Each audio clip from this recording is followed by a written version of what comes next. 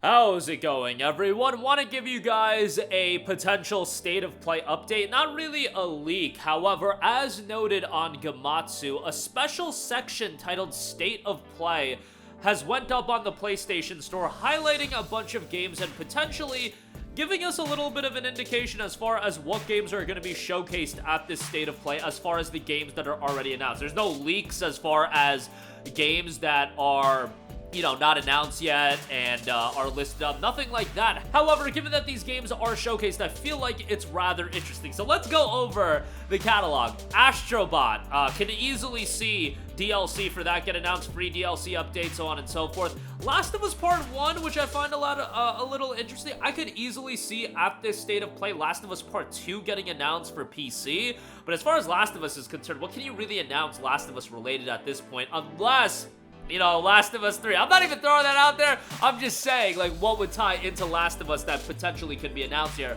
The only thing that I could really think of is Last of Us Part 2 on PC. Stellar Blade, there's been rumblings of DLC.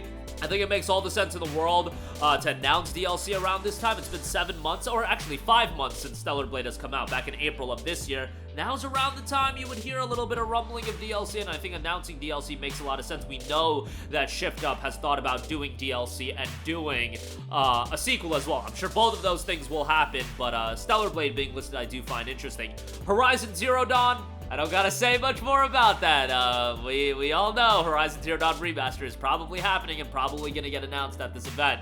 Lego Horizon Adventures, yeah, a trailer for that, that's pretty cool. Like, I think that game will be fun. Like, I don't have anything against them doing a Lego Horizon game, and I think it'll be a quirky, fun game. So I'm kind of looking forward to it, and I love the story of Horizon Zero Dawn, so, that being translated into a Lego game I think can be kind of cool. Teenage Mutant Ninja Turtles Shredder's Revenge, Monster Hunter Wilds, easily could see a new gameplay trailer for that. Metro Awakening, that is the Metro VR title, so yeah, probably gonna get a bit of an update on that. Look, as far as Metro is concerned, I would love to hear an announcement on a new Metro game.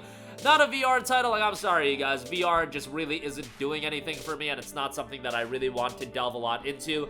I know it's an idea of, if you don't put big games on VR, then you're just doing a self-fulfilling prophecy of there's no big games on VR, so VR's not gonna actually resonate with people. But for me, like, VR's just not something I want to mess around with. Not trying to put on a helmet, not trying to do any of that.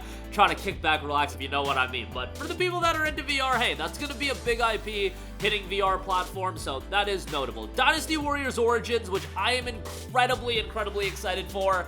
The Musou style of gameplay is just something right up my alley. I like fast-paced action games, a lot of enemies on screen. That's gonna be something I'm gonna have a good time with. So if we get a new gameplay trailer, maybe a release date with that, I'll be looking forward to it. At the very least, a release window would be nice. We know it's 2025, but I would imagine it's gonna be an early 2025 title. Fantasian Neo Dimension, which that game looks quite good as well. I think JRPG fans, that's going to be another title to be on the lookout for, and I think it's shaping up quite nicely, so definitely one to check out there. Do we have a release date on that? No, just Q4 2024, but I think the game itself looks quite good, so definitely, as far as being a JRPG fan, that's something I'll be all over. Fear the Spotlight, Dragon Age Veilguard, which obviously has recently had a lot of preview videos go up, preview gameplay. That's going to be a big title, and I am really hoping that, I crap on BioWare a lot, and that's because BioWare has done some garbage games recently, and I grew up with BioWare at their absolute peak when they were putting out Mass Effect games every 2 years, Dragon Age games every 2 years, and nowadays, 5 years have gone by. The last game we got from them was Anthem. The game before that was Mass Effect Andromeda. Like, I want BioWare to return to form, and Dragon Age the Veilguard, the gameplay I've seen looks pretty good, but ultimately we'll see how that game turns out on October 31st. Sonic X Shadows Generations, all over that game. That's a game that's a no-brainer for me. Sonic Generations was already awesome, and now getting a Shadow, campaign attached to it, I think that's going to be incredibly exciting. So, getting more gameplay of that, that's going to be cool. Alan Wake 2, new DLC getting revealed, maybe a trailer for, like, the physical release, something like that makes a lot of sense. And then Hell Is Us. If you don't know what Hell Is Us is, game looks great. It's an atmospheric action title, open world, incredibly dark scenery. Visually looks great, coming from Rogue Factor, being published by Naked, scheduled for a 2025 release. That's one of those sleeper titles that, it getting a gameplay trailer and getting some promotion, I think will do it quite a lot of good. Now, all of these games being listed doesn't necessarily mean that they'll be a part of the state of play, but it is interesting what games are listed. Monster Hunter Wilds, easily see that getting a trailer. Lego Horizon Adventures, Horizon Zero Dawn, I mean, those are obvious. Horizon Zero Dawn Remastered, I think we could call that a slam dunk to getting revealed at this event, given that an ESRB listing usually means that the game isn't that far away from actually being released, and given that this is one of those titles, if I remember correctly, Last of Us Part 1 was announced, and then the release happened fairly quickly after. Horizon Zero Dawn Remastered, I wouldn't be surprised if it's out by the end of this year. More likely than not, maybe early 2025, given that I don't know if you want to release Horizon Zero Dawn Remastered and Lego Horizon Adventures like right around the same time, probably give a couple of months of headroom as far as that's concerned.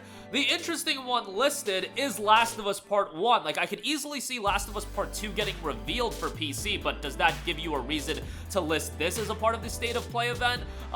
You know, that's a little bit interesting as far as that's concerned. Like, I don't see Last of Us 3, I see no chance Last of Us 3 is announced at this event. I do see some sort of first-party announcement, which, if that's the case, the first-party title that I think is the most likely to be revealed shortly is Ghost of Tsushima 2, given that Sucker Punch hasn't put out a game in 4+ years.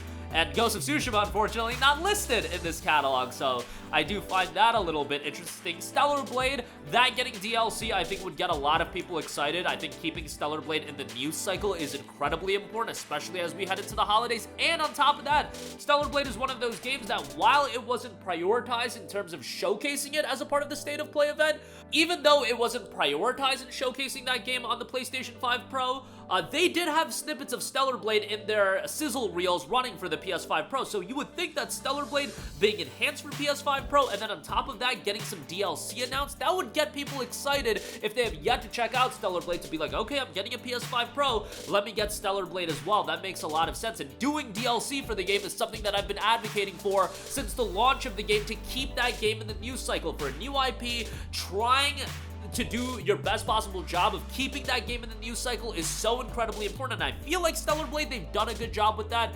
DLC getting announced, I think, will only amp that up and get people even more excited. I am hoping for some new reveals, and I get it. In the State of Play videos that I've done, and I've talked about it, some of you guys still think my expectations are too high. Guys, is my expectations of one major first-party game and some other cool announcements too high? I feel like our expectations are just in the toilet if that is what we're calling too high of expectations. But I digress. Let's hope for a good show later today, and I will definitely be doing some coverage coming out of the show. But that'll do it for me.